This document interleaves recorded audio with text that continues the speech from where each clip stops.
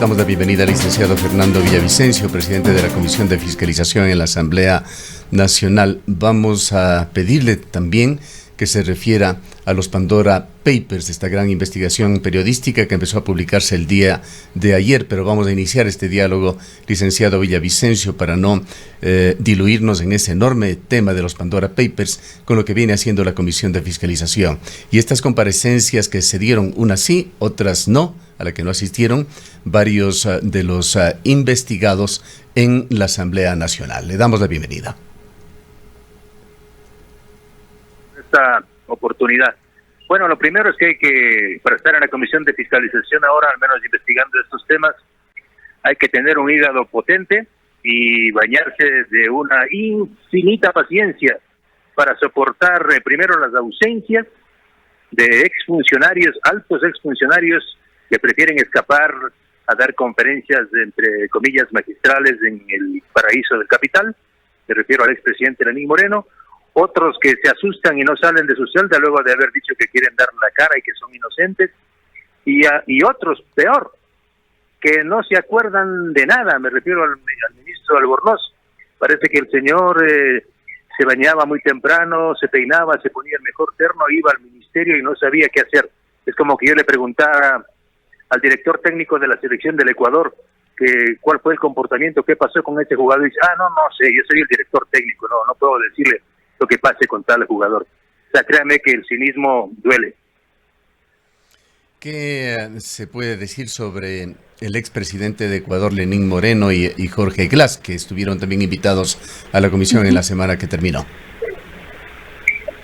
Mire, la comisión estableció una estrategia de investigación y eso no les gustó a los correístas. Los correístas querían que se investigue el caso INA Papers por un lado y el caso Coca-Cola Sinclair, que nunca se investigue. Pero la definición nuestra fue que se investigue como un todo. ¿Por qué?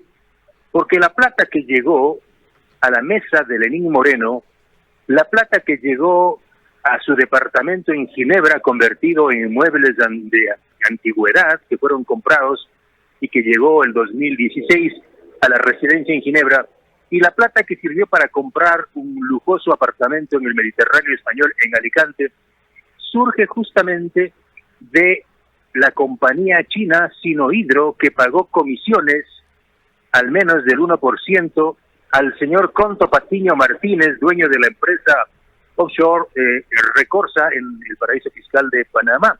Es decir, la empresa pública Sinohydro de China, con plata del Estado ecuatoriano, transfirió al menos 18.3 millones de dólares a una compañía offshore del amigo personal de Lenín Moreno, quien actuó como negociador y agente de la compañía Sinohydro para la negociación del contrato de Coca-Cola Sinclair. Este señor recibió 18.3 millones, según lo confirmó la directora del Servicio de Rentas Internas. Y la versión que dio en la comisión el exgerente de Coca Sinclair, le refiero a Ítalo Centanaro, quien fue el que firmó el contrato de con Sinohydro, es clarísima. El señor Centanaro le dijo al país, y está en actas, que el gerente de Sinohydro le presentó a Conto Patiño Martínez, a Javier Macías Carmignani y a la hija de Conto Patiño, María Auxiliadora Patiño, como representantes de la compañía china para negociar la firma del contrato y la línea de crédito, y a cambio de eso le habían pagado el 1% del total del contrato, es decir, algo así como 19 millones de dólares. Y esta plata de Recorsa se drenó a otras offshore panameñas, entre ellas a INA Investment Corporation, que fue creada por el hermano de Lenín Moreno, Edwin Moreno Garcés, en el paraíso fiscal de Panamá. Es decir, esta trama quedó absolutamente clara, y lo que tenía que hacer el expresidente Moreno es ir a dar la cara, pero prefirió irse a Miami con toda su familia. Mire usted que ningún miembro de la familia Moreno González se atrevió a dar la cara, ni siquiera el yerno, que es socio del señor Emilio Torres Copado, quien vendió el departamento en Alicante, España.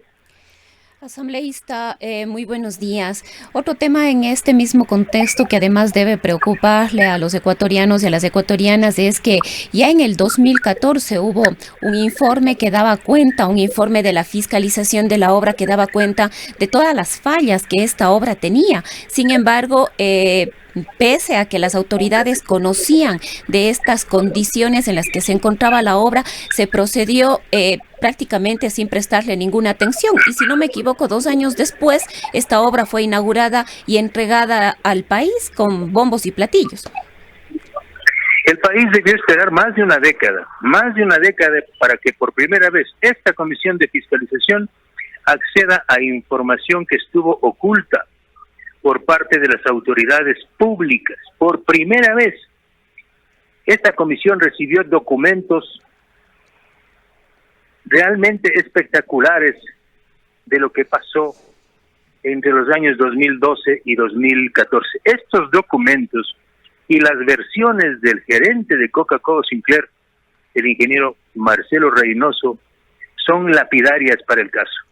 Revelan que la compañía fiscalizadora sabía de antemano que los equipos, que el acero fabricado en China por la compañía Harbin y Sinohydro, ese acero tenía fallas desde la fábrica. Se hicieron pruebas del 2012 y se confirmaron allá en China la existencia de fisuras y fugas. Pese a ello, se permitió que ese acero fuera de especificación ingrese al país. Y lo más grave, hay un informe firmado por la compañía fiscalizadora que establece que el acero tiene fallas de origen y pese a ello se autorizó el colado. ¿Qué significa el colado para los amigos que no conocen mucho? Yo tampoco conocía, ahora conozco. Es decir, grandes tuberías que son estos distribuidores de un acero de un espesor de 6 centímetros aproximadamente, fueron empotrados en toneladas y toneladas de hormigón. Esto autorizó la fiscalizadora con conocimiento del ministro de esa época, Esteban Albornoz, y el ex ministro coordinador de sectores estratégicos, ahora preso, Jorge Glass Espinel. Esta es la versión dada por las autoridades máximas de Coca-Cola Sinclair. Y sin embargo de ello, las fallas entonces están ahí. Estamos hablando de 7.600 fallas. Han hecho 7 reparaciones en algunos casos y las fallas por la presión del agua vuelven a aparecer, lo cual configura un gravísimo delito que puede echar abajo la central hidroeléctrica. Es importante reconocer que uno de los ministros, Miguel Calahorrano, tuvo la valentía de decirle a la comisión que efectivamente eso pasó con el acero y dijo con claridad a la comisión y al país que él jamás hubiese aceptado esa central hidroeléctrica en los términos de que está ahora. Licenciado Villavicencio, usted nos señala de que el tema con Conto Patiño es un hecho comprobado de que recibió algo más de 18 millones de dólares como coimas de la compañía Sinohydro. Esto sería una certeza. Le preguntamos qué otras sospechas existen, qué otras hipótesis maneja la Comisión de Fiscalización. ¿Qué es lo que intenta demostrar en cuanto a otros beneficiarios de este dinero sucio usurpado al Estado ecuatoriano?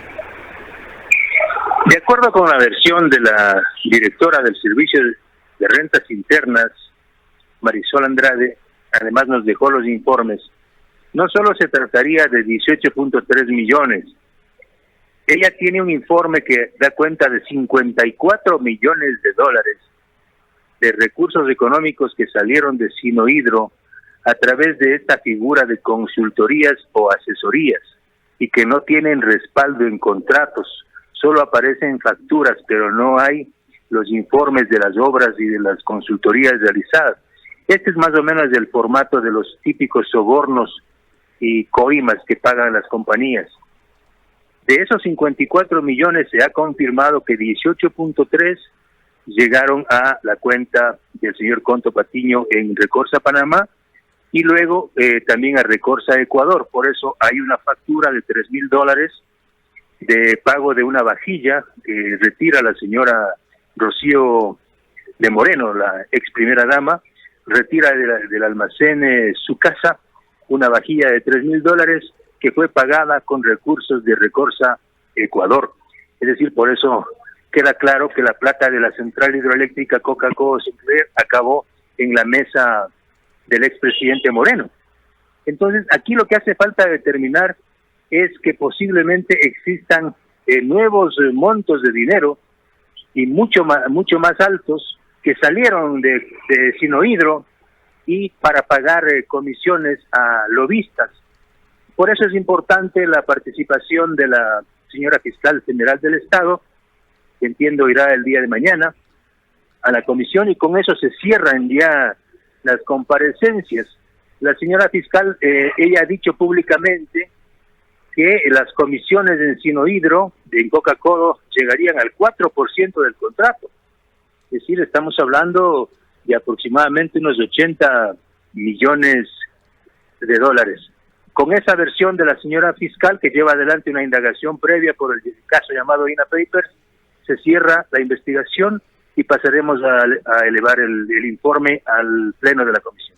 ¿Por qué es importante Coca-Cola Sinclair en particular, licenciado Villavicencio? Sabemos que su comisión tiene centenares de casos en la lista, y casos cercanos están las propias hidroeléctricas. La misma compañía Harbin que usted ha mencionado construyó Minas San Francisco aquí en la provincia de La Suay.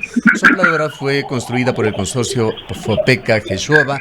Tuvo centenares de deficiencias denunciadas oportunamente por Fiscalización y la Contraloría, glosas de más de 400 millones de dólares que hoy han sido desvanecidas. ¿Vendrá más adelante fiscalización también sobre estos otros proyectos? Mencionamos solo 2, hay otros más.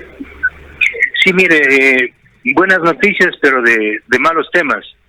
Yo tuve una reunión en las últimas horas con un equipo de Contraloría General del Estado, un equipo multidisciplinario, justamente para coordinar el acceso a esta información, lo cual me parece un cambio de actitud importante de parte del señor Contralor. Se ha confirmado también en la comisión por parte del propio Contralor que fueron desvanecidos más de 120 millones de dólares en glosas de la compañía, a favor de la compañía Sinohidro. Esto lo confirmó el propio Contralor General del Estado en la comisión, y tenemos ya todos estos informes. Tenemos todos los informes de Coca-Cola Sinclair, y también llegará en las próximas horas. Se han comprometido, y los primeros en saber serán ustedes, la gente de la SUAY y del país.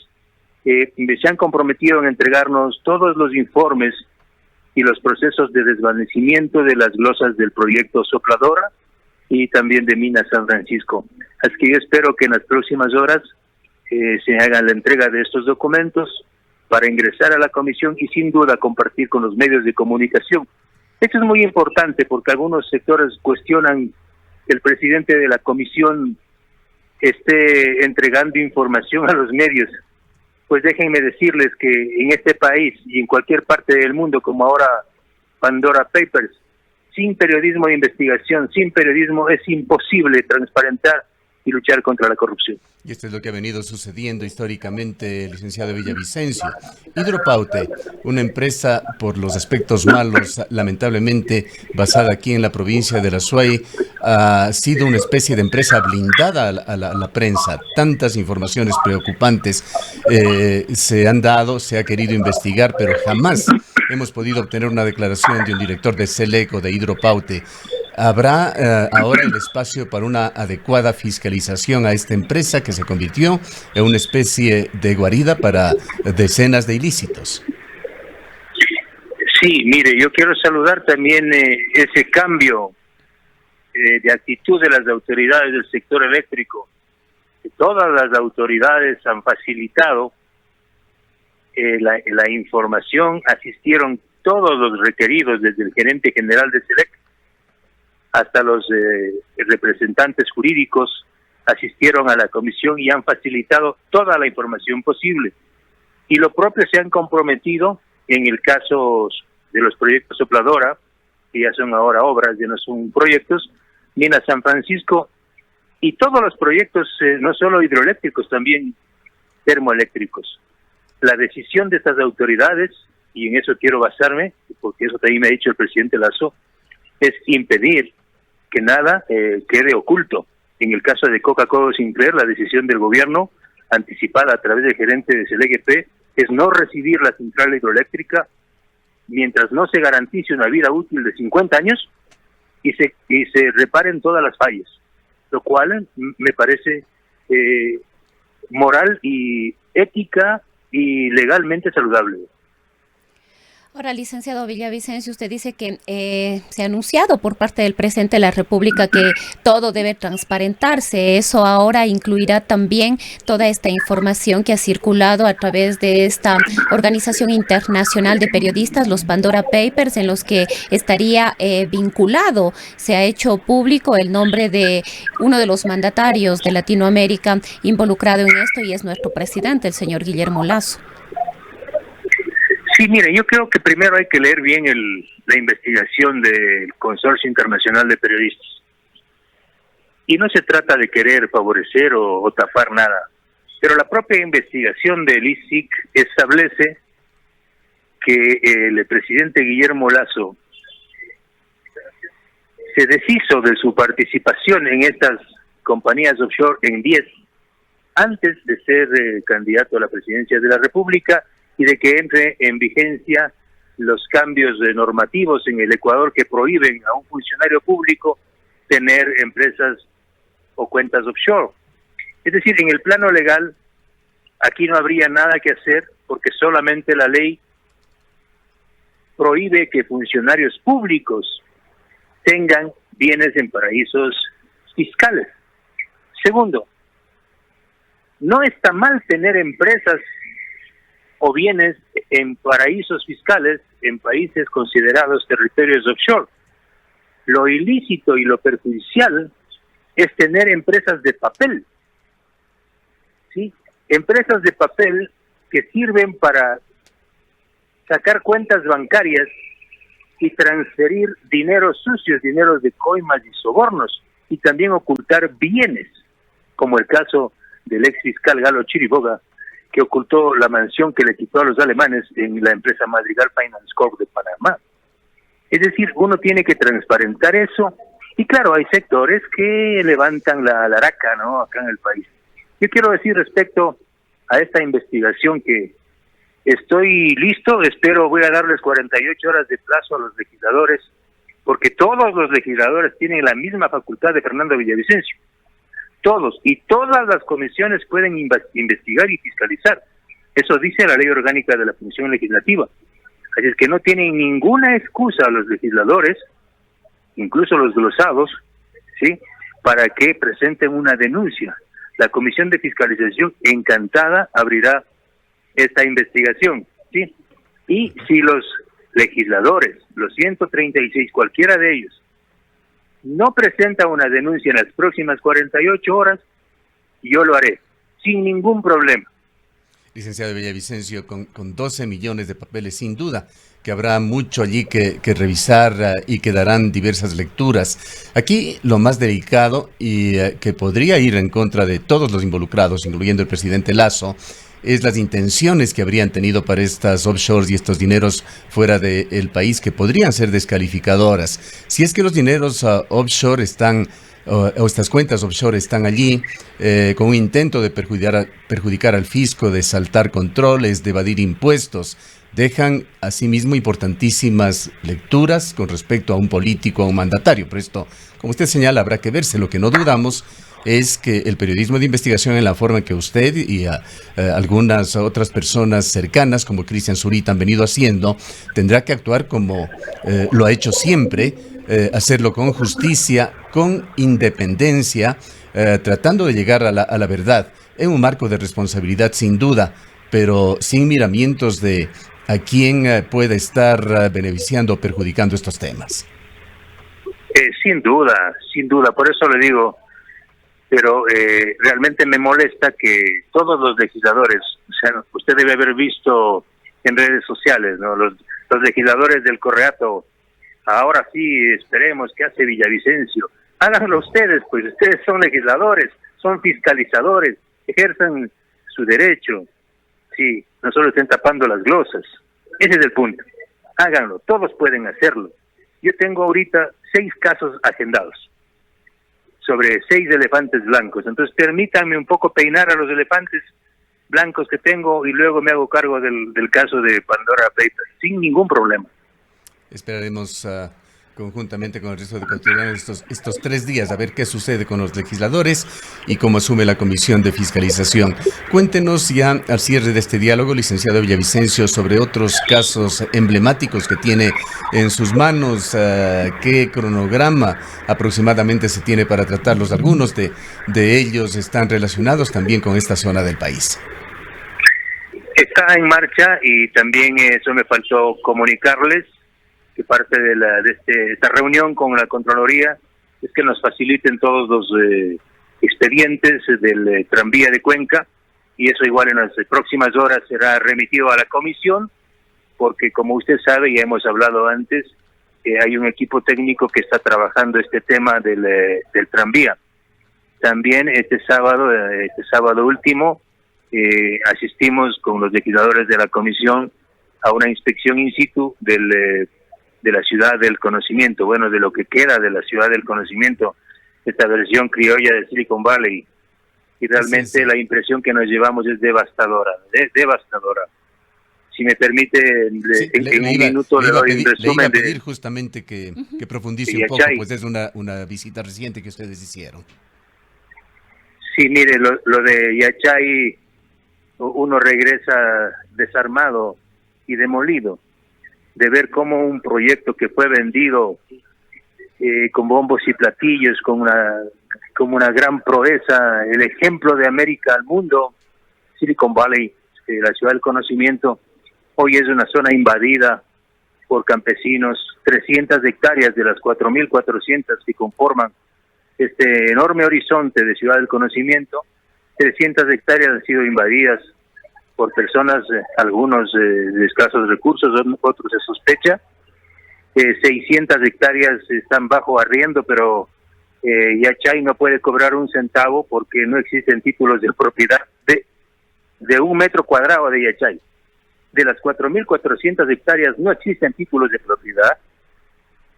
Es decir, no hay ningún proyecto productivo de esos famosos que anunció el expresidente Correa que se hayan ejecutado. Ninguno.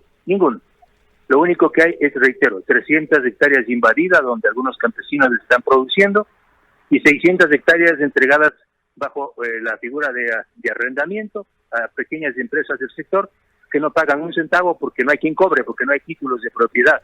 Y algo mucho más grave, todas las obras, edificios, todas las construcciones que se levantaron en la ciudad del conocimiento, ninguna contó con el permiso de construcción del municipio de Urcuquí, lo cual es gravísimo. Usted sabe, señor Cardoso, que para hacer una vereda yo tengo que sacar un permiso de línea de fábrica, un permiso al municipio. Este gobierno, el gobierno de Rafael Correa, trapeó el piso con la ley. Es decir, ningún proyecto de construcción de ningún edificio, de ninguna infraestructura en la ciudad del conocimiento tiene permisos. Y 5 edificaciones de las más grandes están abandonadas desde el año 2016, 2017, porque tienen graves fallas estructurales en su construcción. ¿Cuáles son el acero que pusieron no era el debido, el hormigón que pusieron era de mala calidad. ¿Cuáles son aproximadamente los montos que fueron invertidos en Yachay y que están siendo investigados? Mire, ni siquiera tenemos información precisa, porque eso es realmente, todo el proyecto está en el limbo. El proyecto en general se planteó con una cifra de $1,040 millones. No sabemos hasta el momento cuánto se gastó en el proyecto, pero déjeme decirle que gran parte de la infraestructura está abandonada, botada, destruida. Los otros edificios que están en pie no pueden ser utilizados por la Universidad de Yachay porque no tienen títulos de propiedad. Y debo dejar en claro una cosa, nosotros no estamos en contra de la universidad. Sí, nosotros, yo lo he dicho públicamente, yo defiendo el derecho a la ciencia, al conocimiento, y defenderé la existencia de la Universidad de Yachay y TEC. Pero sin duda, el proyecto Ciudad del Conocimiento fue un proyecto absolutamente sobredimensionado, sin sostenibilidad, y los responsables de este fracaso tienen que pagar. Se debate mucho sobre el perjuicio de la corrupción al Estado ecuatoriano en los 2 últimos gobiernos, sobre las cifras, licenciado Villavicencio. ¿Cuál es su estimación? No quisiera hablar de las cifras porque ahora en la comisión, y siempre nos hemos manejado de forma muy precisa, pero sin duda son centenares de millones de dólares. Bien. Gracias, licenciado Villavicencio. Estaremos atentos a lo que venga dentro del marco de estas investigaciones que lleva adelante Muchas gracias a usted. Un buen día. La Comisión de Investigación. El licenciado Fernando Villavicencio es el presidente de la Comisión de Fiscalización en la Asamblea Nacional. Son las 8:02. Cuenca y agua de riego para San Joaquín y Baños. Aunque esto parezca ficción, es nuestro compromiso con Cuenca Bicentenaria, el Ecaustro. Juntos generamos agua y energía para la vida.